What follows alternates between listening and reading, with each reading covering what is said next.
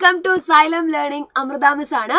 അപ്പൊ മക്കളെ, നമ്മൾ സ്കൂളൊക്കെ റീഓപ്പൺ ചെയ്തു. നമ്മളൊക്കെ അടിപൊളിയായിട്ട് ഇപ്പൊ സ്കൂളിൽ പോയിട്ട് പഠിച്ചുകൊണ്ടിരിക്കുകയാണ്. പഠിത്തം മാത്രമല്ല, നമ്മുടെ ഫ്രണ്ട്സിനെയൊക്കെ കൂട്ടി കിട്ടിയ സമയം നമ്മൾ എന്തും കൂടെ ചെയ്യുന്നുണ്ട്, കളിക്കുക കൂടി ചെയ്യുന്നുണ്ട് അല്ലേ. അപ്പൊ നമ്മൾ മാത്സിലെ ഒന്നാമത്തെ ചാപ്റ്റർ നമുക്ക് കുറച്ച് കളിയിലൂടെ പഠിക്കാൻ പറ്റുന്ന ഒരു അടിപൊളി ചാപ്റ്ററാണ്. അങ്ങനെ ഒരു കളി ആയാലോ ഇന്ന്? നോക്കാം നമുക്ക്. ഇതാണ് മിസ് കൊണ്ടുവന്നിരിക്കുന്ന ഒരു ചിത്രം. ഓക്കെ, അപ്പൊ ഈ ഒരു ചിത്രത്തിൽ നിങ്ങൾക്ക് ഒരുപാട് രൂപങ്ങൾ, ഷേപ്സ് കാണാൻ പറ്റുന്നുണ്ട് അല്ലേ. അപ്പോ ഈ ഷേപ്സുകൾ ഏതൊക്കെയാ നിങ്ങൾക്ക് അറിയാവോ? അറിയാം അല്ലേ. ഒന്നാമത്തെ ഷേപ്പ് ഇവിടെ നോക്കിയതാ, 3 സൈഡുള്ള ഈ ഒരു ഷേപ്പ് അല്ലെ, 3 വശങ്ങളുള്ള ഈ ഒരു ഷേപ്പിന്റെ പേരെന്താണ്?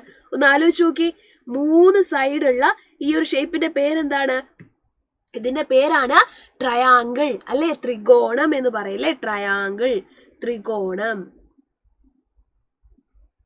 ട്രയാങ്കിൾ അല്ലേ. ഇതിന് എത്രയുണ്ട്? 3 വശങ്ങളുണ്ട്, 3 സൈഡുകളുള്ള ഒരു ചിത്രമാണ് നമ്മളുടെ ട്രയാങ്കിൾ എന്ന് പറയുന്നത്. ഇതിൽ എത്ര ട്രയാങ്കിൾ ഉണ്ട് നോക്കിയാലോ. 1, ഇതാ ഇവിടെ ഒരു ട്രയാങ്കിൾ കിടപ്പുണ്ട്.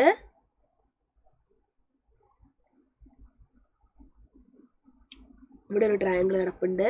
2, പിന്നെയോ വേറെ എവിടെയുണ്ടോ ട്രയാങ്കിൾ? ഇല്ല. അപ്പൊ നമുക്ക് 2 ത്രികോണങ്ങളാണ് ഉള്ളത്. ഇനി അടുത്തത് ആരാണ്? അടുത്തത് നോക്കി. അടുത്തത് ആരാണ്? ഇതാ ഈ ഒരു ഷേപ്പ് നോക്കി. 4 വശങ്ങളുള്ള ഒരു ഷേപ്പാണ്. 4 വശങ്ങളുള്ള ഒരു ഷേപ്പ്, 4 സൈഡ്സ് ഉള്ള ഒരു ഷേപ്പ്. 4 വശങ്ങളുണ്ട് അല്ലേ. ഈ ഷേപ്പിന് എത്രയുണ്ട്? ഈ ഒരു ഷേപ്പിന് 4 സൈഡുകളുണ്ട്, 4 സൈഡ്സ്. ഇതിന്റെ പേരാണ് റെക്ടാങ്കിൾ. ഇതിന്റെ പേരാണ് റെക്ടാങ്കിൾ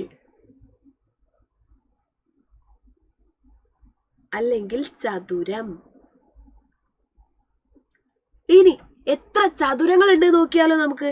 ഇത് ഒന്നാമത്തെ ചതുരം, ഇത് രണ്ടാമത്തെ ചതുരം, ഇത് മൂന്നാമത്തെ ചതുരം അല്ലേ. 2, ഇത് 3 ചതുരങ്ങളാണ് നമുക്കുള്ളത്. ഇനി ഈ ചതുരത്തിന് ഒരു പ്രത്യേകതയുണ്ട്. എന്താണെന്നറിയോ? ഇതിന്റെ എതിർവശങ്ങൾ തുല്യമായിരിക്കും. അതായത് ഈ സൈഡിന്റെ അതേ നീളമായിരിക്കും ഈ സൈഡിനും ഉള്ളത്. ഈ വശത്തിന്റെ അതേ നീളമായിരിക്കും ഇതിന്. അതേപോലെ ഈ വശത്തിന്റെ നീളം തന്നെയായിരിക്കും ഇതിനും ഉള്ളത്. ഒന്നുകൂടെ പറഞ്ഞുതരാം. ഇവിടെ 2 സെന്റിമീറ്റർ ആണെങ്കിൽ ഇവിടെയും എന്ത് തന്നെയായിരിക്കും? 2 സെന്റിമീറ്റർ ആയിരിക്കും. ഇവിടെ 4 സെന്റിമീറ്റർ ആണെങ്കിൽ ഇതും 4 സെന്റിമീറ്റർ ആയിരിക്കും. എതിർവശങ്ങൾ എപ്പോഴും ഈക്വൽ ആയിരിക്കും. നമ്മുടെ ചതുരത്തിന്, റെക്ടാങ്കിളിനുള്ള പ്രത്യേകതയാണ് എതിർവശങ്ങൾ, അപ്പുറം ഇപ്പുറമുള്ള ആൾക്കാർ എപ്പോഴും എന്തായിരിക്കും? തുല്യമായിരിക്കും. ഓർത്ത് വയ്ക്കുക. ഇനി അടുത്തത് ഇയാളാണല്ലേ. ഇയാളാണ് അടുത്തത്. നമുക്ക് വേറെ കളർ എടുക്കാം.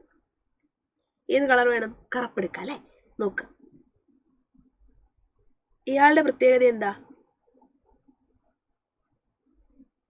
ഇയാളുടെ പ്രത്യേകത എന്ന് പറഞ്ഞാൽ എല്ലാ വശങ്ങളും, എല്ലാ സൈഡ്സും ഈക്വൽ ആണ്.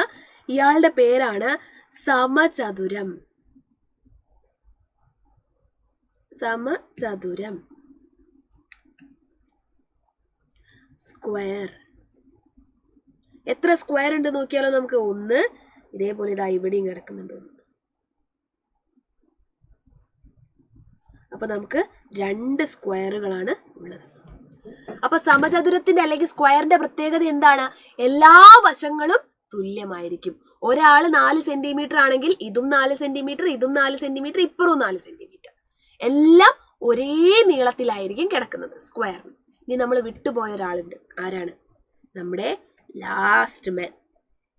ഈ ഷേപ്പ് ഏതാണ്? ഇതാണ് നമ്മളുടെ വൃത്തം അല്ലെങ്കിൽ സർക്കിൾ എന്ന് പറയുന്ന ആളല്ലേ. വൃത്തം അല്ലെങ്കിൽ സർക്കിൾ. വൃത്തം അല്ലെങ്കിൽ സർക്കിൾ. എത്ര എണ്ണമുണ്ട്? 3 വൃത്തങ്ങളുണ്ട്. അതിൻ്റെ ഉള്ളിലും കൂടി ഉണ്ട്. അങ്ങനെ നോക്കുമ്പോൾ 6 വൃത്തങ്ങൾ ഉണ്ടാവും അല്ലേ.